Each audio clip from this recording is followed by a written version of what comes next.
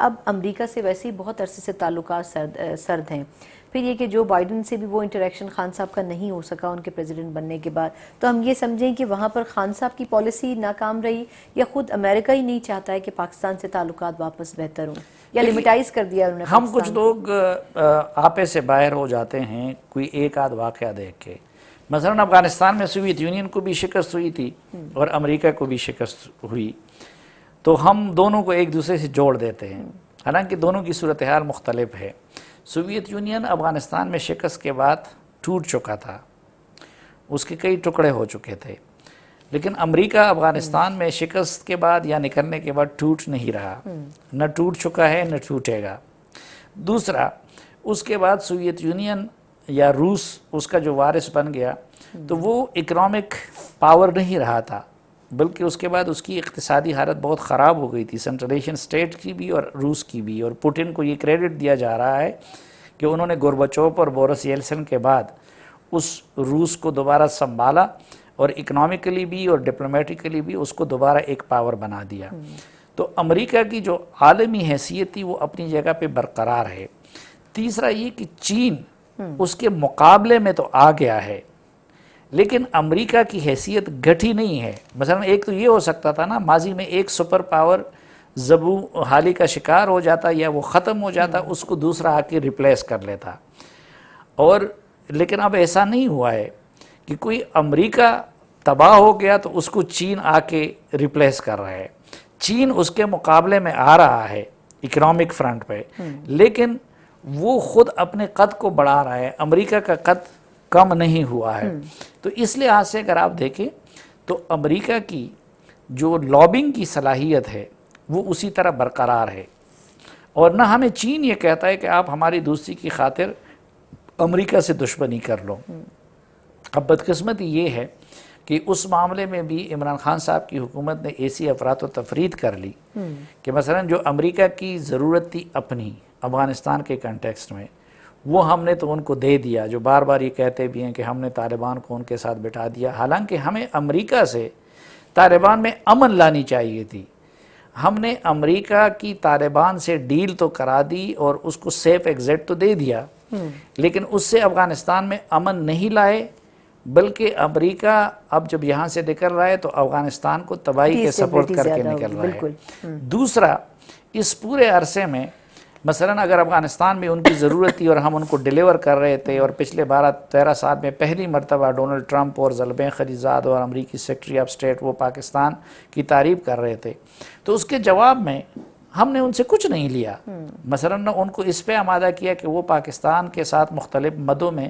Engage کرے. ابھی آپ دیکھ لیں پچھلے 5-6 مہینوں سے ہماری قیادت منتیں کر رہی ہے کہ جی امریکہ ہمارے ساتھ دیگر مدات میں بھی انگیجمنٹ کرے، وہ کرنے کو تیار ہی نہیں ہے. وہ عمران خان صاحب کی مبارکباد کا فون سننے کو تیار نہیں ہے جو بائیڈن. تو ہم نے امریکہ کو ڈیلیور کیا اور اس کے جواب میں امریکہ سے کچھ بھی نہیں لیا، پھر اپنے اوپر اس کی ساری محتاجی جو تھی وہ ہمیشہ کے لیے ختم کر دی. اب اس کے بعد تیسری غلطی ہم یہ کر رہے ہیں کہ انگور کٹے ہیں والا جو معاملہ ہے، کہ مثلا وہ عمران خان صاحب کے فون اٹینڈ نہیں کر رہے ہیں، وہ کسی اور مد میں پاکستان کے ساتھ انگیجمنٹ نہیں کر رہے ہیں، تو ادھر سے شاہ محمود قریشی اور عمران خان صاحب ہیرو بننے کے چکر میں امریکہ کے خلاف ایسی زبان استعمال کر رہے ہیں کہ وہ جا کے مستقبل میں امریکہ کے اشتعال کا بھی باعث بن سکتا ہے. مثلا وہ کبھی کہتے ہیں کہ جی بس فون ان کو ضرورت ہوگی تو فون کریں، کبھی جو ہے کچھ، اب اس روز شیخ رشید صاحب نے میرے ساتھ انٹرویو میں ایسا امپریشن دیا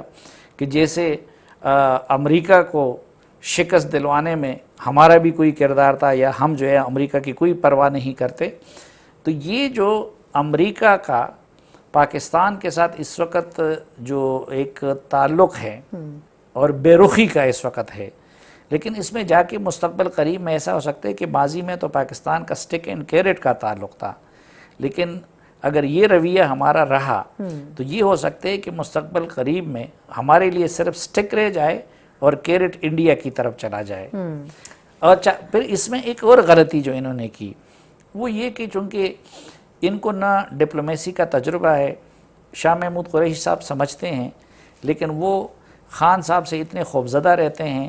یا پھر ان کی خوشامد میں کہ وہ ان کو صحیح مشورہ نہیں دیتے. تو اس لیے ڈونلڈ ٹرمپ کے ساتھ ایک ملاقات میں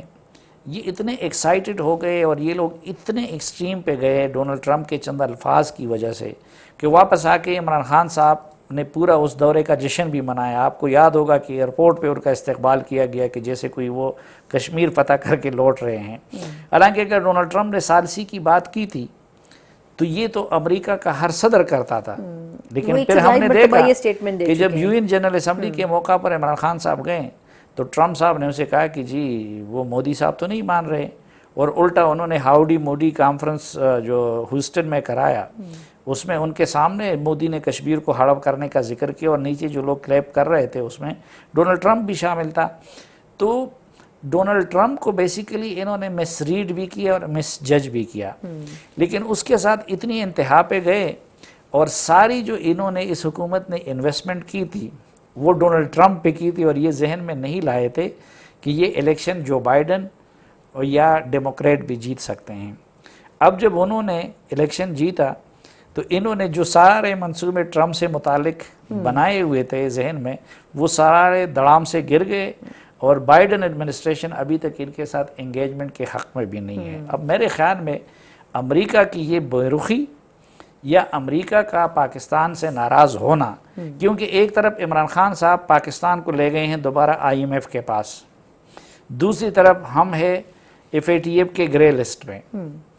پھر تیسری طرف آپ کا انحصار ہے ورلڈ بینک جیسے اداروں پہ. تو یہ ساری جو چیزیں ہیں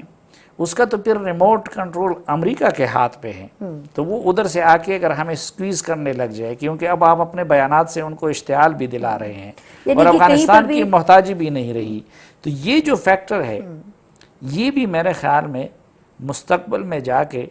اس حکومت کو اپنے نتائج کے لحاظ سے کسی حد تک سیکیورٹی رسک بنا سکتی ہے.